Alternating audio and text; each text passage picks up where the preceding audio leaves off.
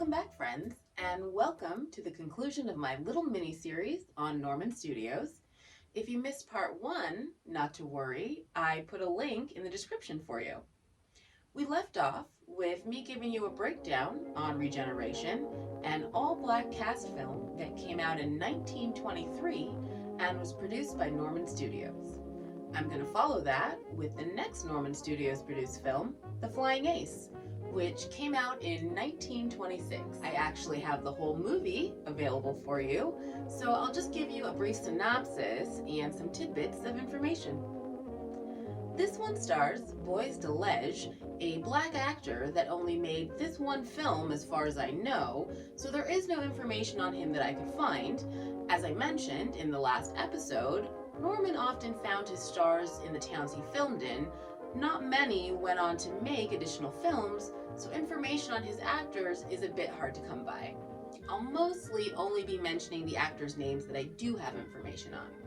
Anyway, Boyce plays a paymaster who's carrying 25 grand for the railroad payroll. He arrives at the train station and heads down to the station office to wait with the station master. And while he's waiting, he runs into Catherine Boyd, who plays the station master's daughter, Ruth. Ruth sees a pilot, played by Harold Platts, another hometown actor, and asks him for a ride in his plane. He gives her one and proposes marriage for like the millionth time, but Catherine politely declines. At this point, we meet Captain Billy Stokes, who's played by Lawrence Kreiner, and he's a World War I fighter pilot known as the Flying Ace because he shot down 7 enemy aircrafts in France. He's returned home to resume his former job as a railroad detective. He's immediately assigned to a case, which is to find the paymaster who has gone missing along with the company payroll, and he's also supposed to apprehend a gang of railroad thieves. The only actors that I have information on in this film are Lawrence and Catherine. Unfortunately, not much is known about Catherine, except that she was the wife of Lawrence Kreiner, who starred as her leading man in her only 2 known films, this one and Black Gold. Interesting side note, Catherine's portrayal of Ruth was inspired by Bessie Coleman. Bessie was the first African American to earn an international aviation license from the Fédération Aéronautique Internationale. Probably butchered that. And the first American of any gender or ethnicity to do so. She had to travel to France to earn that license because she was turned away from training in the US as no one stateside was willing to teach a black woman to fly. Coleman quickly became a star when she returned to the US with her stunt performances throughout the country. Richard Norman read of her star-making exploits and knew immediately that she would be a star on screen as well. In letters that were preserved from the Indiana University's Black Film Center archive and library, Coleman and Norman actually discussed the possibility of her starring in a film written just for her. In April of 1926, Coleman was scheduled to perform in an air show near Norman's studio complex, but it's unclear if she and Norman met in person. Correspondence between the two suggests that they probably had plans for a meeting. Sadly, Bessie passed away before a film deal would be made. Norman wrote, produced, and released The Flying Ace later that year.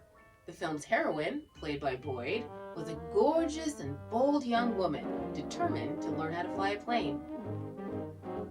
Lawrence is the most famous actor in this film. He was considered among the most popular African American actors of stage and screen from the 1920s and the early 1950s and enjoyed the most successful career of any of Richard Norman's actors. He got his start in show business as a member of the famed acting troupe, the Lafayette Players, and played the male lead in 2 Norman films as Captain Billy Stokes in The Flying Ace and Ace Brand in Black Gold, which I'm going to talk about next.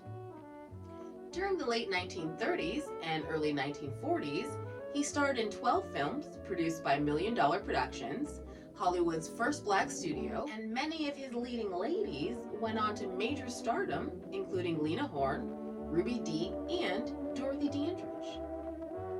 He acted in 19 films in total, but his most memorable performances were as Captain Billy Stokes in The Flying Ace, because it was the first time the audience had ever seen a man of color in that type of role. Black men were not allowed to serve in World War I, but they were in World War II, and Lawrence's performance inspired more than a few Tuskegee Airmen to serve.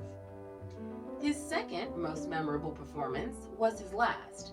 He played the minister who encourages a young Jackie Robinson to accept the offer to be the first African American to play in Major League Baseball in the Jackie Robinson story.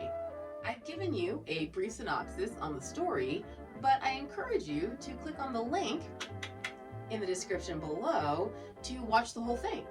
It's a little over a half an hour, so not that much time, and it's definitely worth a watch.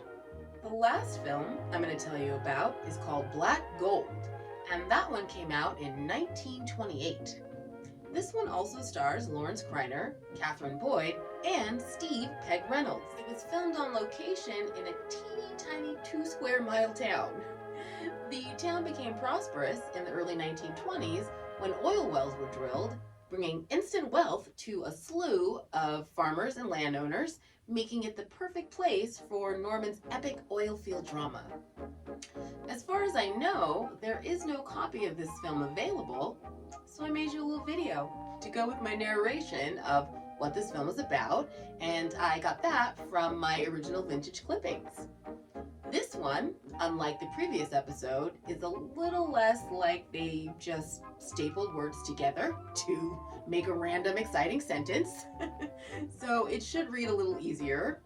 The last one was a bit difficult because apparently punctuation was not a thing that Norman indulged in when issuing these press releases.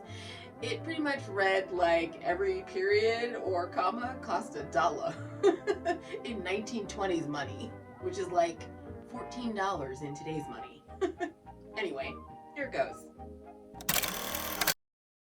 The story of Black Gold. Since oil had been discovered on the Oklahoma Range around the little town of Tatum's, ranching had been abandoned. Mart Ashton, owner of the Bar Circle Ranch, was the newest victim of the black gold fever. The oil drill was boring a hole to wealth or poverty, into which he had sunk all his cash and even sacrificed his fine herd of cattle to raise cash to sink the first well on his ranch. On an adjoining claim, the Ohio Company brings in a well, and this forces Ashton to drill an offset well within 30 days or lose the permit to drill on his own ranch. Pete Barkley, Ashton's oil driller, refuses to drill further until he is paid $4,000 due him.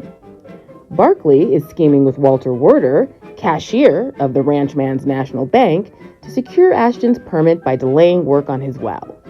Ashton manages to borrow the money to force Barkley to continue drilling, but Werder and Barkley snare him in a plot and accuse him of robbing the bank.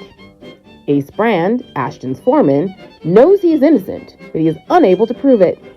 Alice Anderson, daughter of the president of the Ranchman's National, and in love with Ace, does everything in her power to prove Ashton's innocence, but to no avail. With Ashton in jail, his well idle, and only 7 days left to bring it in, it is up to Ace, Alice, and Peg Reynolds, the one-legged cowhand on the Bar Circle, to bring in the well secretly. As to how they do this, through superhuman effort and without sleep for 48 hours, fighting a band of crooks, only to discover it is a dry hole, with apparently everything lost and Ashton in jail, makes an absorbing story of action and thrills, with a great surprise at the end when everything is cleared up. Does Mart Ashton discover black gold on his ranch? And there you have it, another mouthful of history for you. Unfortunately, Black Gold was Norman's last feature film. He became obsessed with the innovation of talking pictures and sank an enormous amount of money into the invention of a device that would sync the sound with the moving pictures.